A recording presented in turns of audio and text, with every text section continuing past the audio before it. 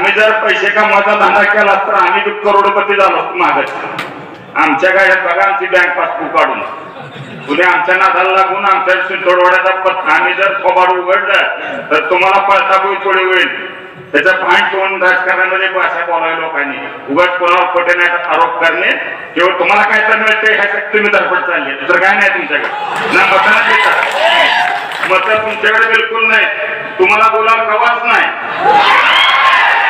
मला माहिती आहे तुमच्या आयुष्यामध्ये तुम्हाला बोलायला मिळणार नाही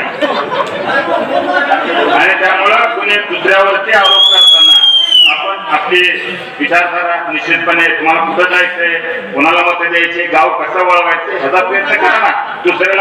दुसऱ्याला काय तर बोलायचं ते धनगर तिकडे गेले ही कुठे गेले. आज छत्रपती शिवाजी नावच माझं आहे. शिवाजी महाराजांचा मावळा आहे. तिथं जातीपातीच्या बाहेर जाऊन आम्ही काम करतो. जात पीठ आता राजकारणात राहिले नाही. अनेकांनी विकासाच्या मुद्द्यावरती अनेक निवडणुका लढवल्या आपण सगळ्यांनी मदत केली आणि तशा पद्धतीने दादावरती विश्वास ठेवून आपण प्रचंड ताकदीने का मतदान करतात हा विश्वास देतो. कुणाच्या छोट्या आपल्याला धमकीला किंवा जिल्हा 10 कोटी लोक कशा माहिती कशा देत कारखाना काढला असता महाराजांना. माझ्याकडे सुद्धा 400 मी समाज कल्याणचा सभापती आणि 20 वर्ष जिल्हा परिषद सदस्य होतो.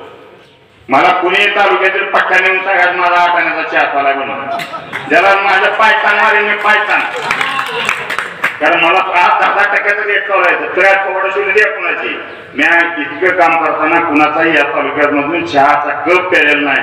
त्यामुळे भ्रष्टाचाराची लाचची भाषा माझ्यासारख्यांनी माहिती बोलवली. हा विश्वास तुम्हाला या सभेच्या निमित्ताने या ठिकाणी देतो आणि थांबतो. जय हिंद जय महाराज.